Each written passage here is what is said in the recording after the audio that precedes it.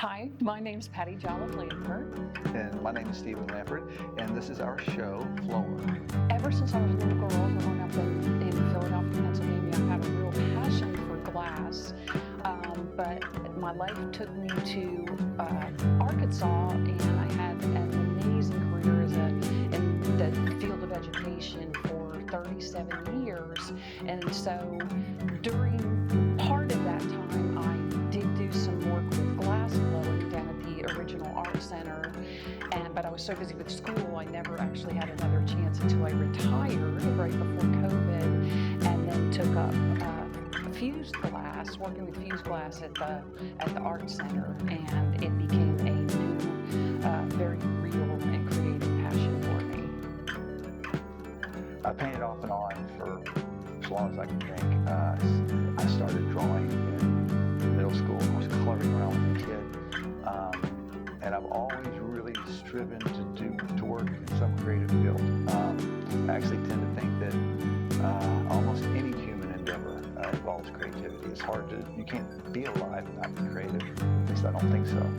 And then as I worked as a fashion photographer for a number of years, and I worked as then shifted into more commercial-oriented photography. And then from there, I also became a teacher for 12 years or so, and got back into painting. And I paint both in oil and watercolor, and I love them both. And they're both so different. It's really actually hard to. I keep thinking I'm going to land on one or the other, but I keep going back and forth. And this is the result. It's funny how we work together or not together, because we're talking about art all the time, but we're not. But she's not necessarily consulting me about what I'm doing to influence what she's doing. I talk about what I'm doing. She talks about what she's doing. But it's very she's doing what she wants to do. And then we come together to put a show, and we find ways that it connects, and it surprisingly often does. And then we look for a name that would sort of embody the spirit of that. We are so linked with both all of these elements because it's the process, that creative process. And that was my main goal with students, was to help them develop their creative problem solving and critical thinking skills. And it comes into play, with my own work, and we talk about that process. Actually, a lot of what happens is I'll be like, look what I did. And I'll do the same thing, and getting over humps that I used to work with students to get over those same humps, fear of failure, or perfectionism. It's not quite right. I want it to be perfect.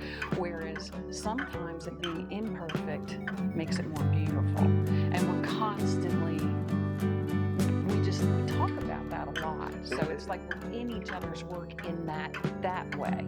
Actually, it's in a way that we support each other, and in a way that we're very, very lucky, because you can get immediate feedback, but also we trust each other to be honest about it. Right. That's true. A little too honest about it. The inspiration comes a lot of times not so much from each other's work, from life experiences and from things that we've seen in a movie or experienced and with dealing with other people, or just out in the world. We can't go on a walk. We can't get to the end of the street without her going, look at that. It's like every bird, every bush, every flower. And I'm making a joke at the same time.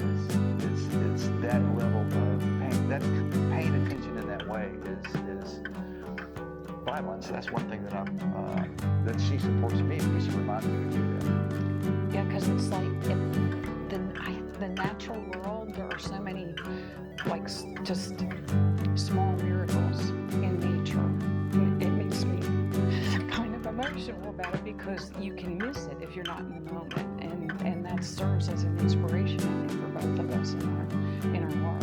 Being observant and then being grateful for seeing that moment where that flower was in the midst of a field, Which sort of speaks to, it made me think that why do I paint what I paint? And I don't know that I can answer that question in any articulate way, except to say that I find it arresting. I see it, and it stops me, and it's noticing that, and it's not. Sometimes it's something that's just simply beautiful, and sometimes it's not. Sometimes it's not beautiful. It may be sense of loneliness or something, or just something that reaches in deep and touches you.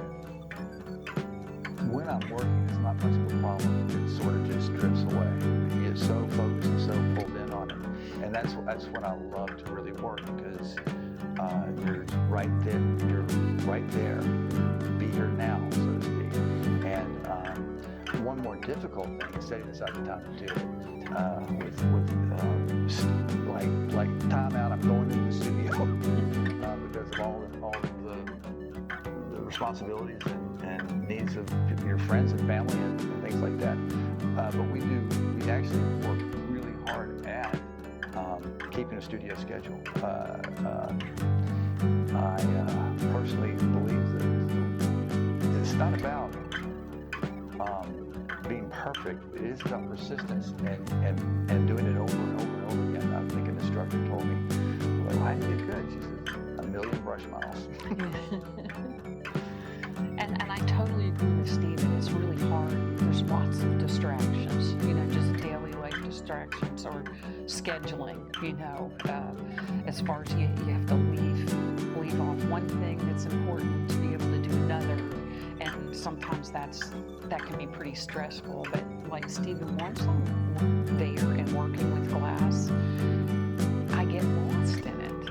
And so the focus and the concentration is on color and flow and just ideas. Sometimes I'll get an idea in the middle of the night and I can't get it out of my head. And I'm thinking, oh no, it's going to be too hard. But if it doesn't leave me, I feel like that's a message that I really need to do this. But hours can go by, and sometimes I have to straighten up and going, ow, ow, ow, because I'll get so, with detail work, I'll get very, very, very close with it and have no idea about the passage of time. Also, I've noticed that for me, if I get pulled out of the studio and I'm busy working, sometimes it can be hard to start. Because it's like there's nothing that makes you more nervous than a blank canvas or easel or board.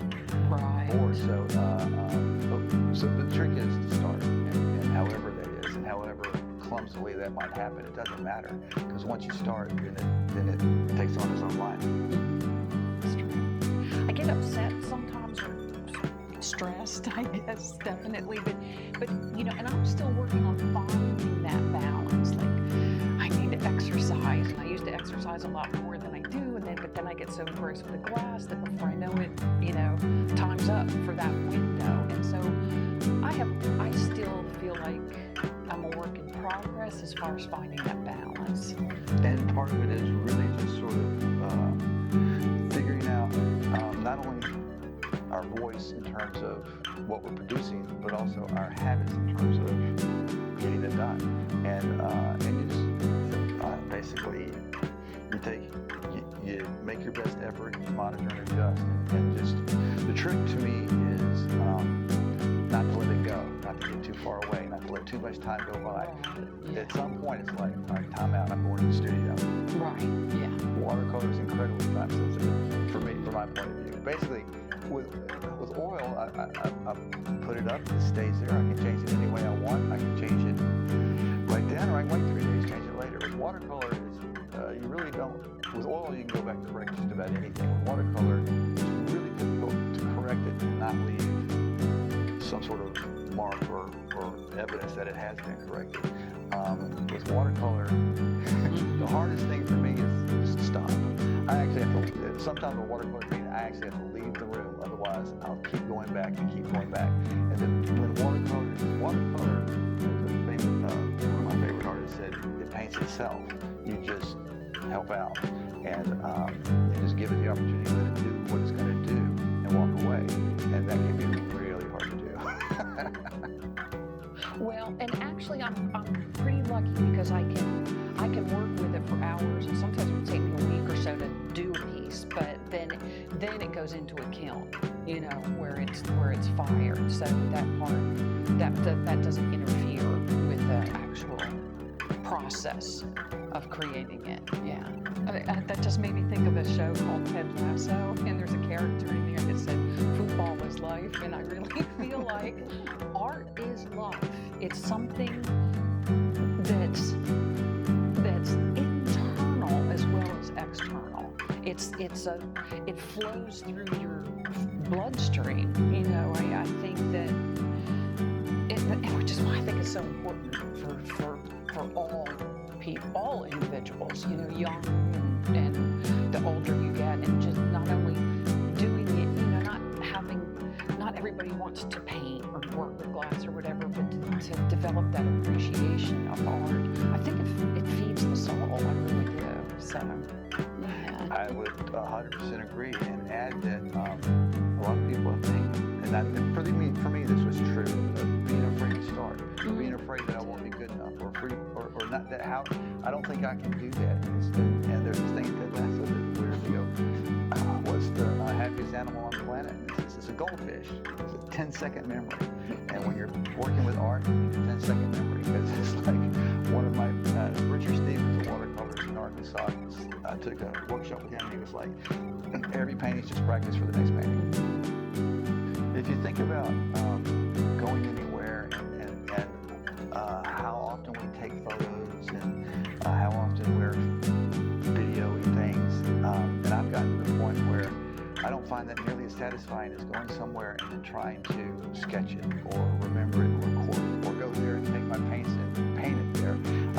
It puts me more in touch with what's going on than any of the other things that I would do in terms of like trying to capture a memory in a photo.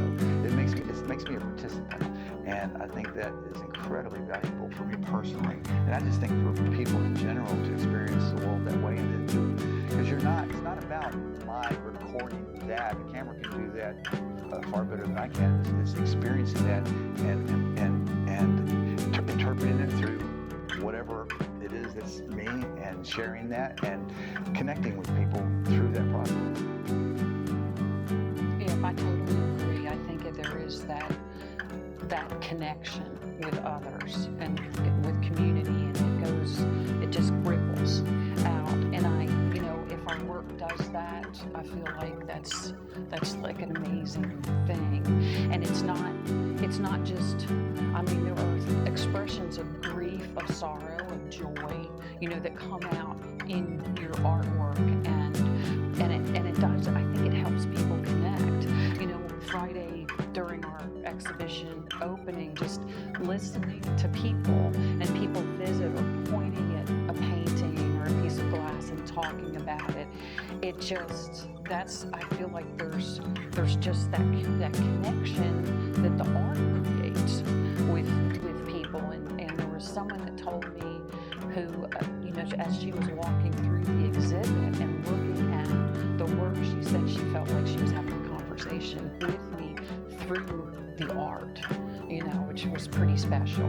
I think it's that tapestry of interconnectedness. Yeah. And also it goes, you asked earlier about how we work together, do we work together, and that's one thing that happens, that we end up experiencing. It connects us together through the process, and sharing the process with each other, and it enriches our relationship. Yes. So please come down and share some of our work and take a look. We have a book that you can sign, because we'd love to think about it. But more than anything, just come and whether it's ours or somebody else's, because there's lots of different exhibitions that go on here. Come and visit the library and share art with yourself and with your friends. Our exhibition runs from the 18th, October 18th through November 8th. So please come and check it out.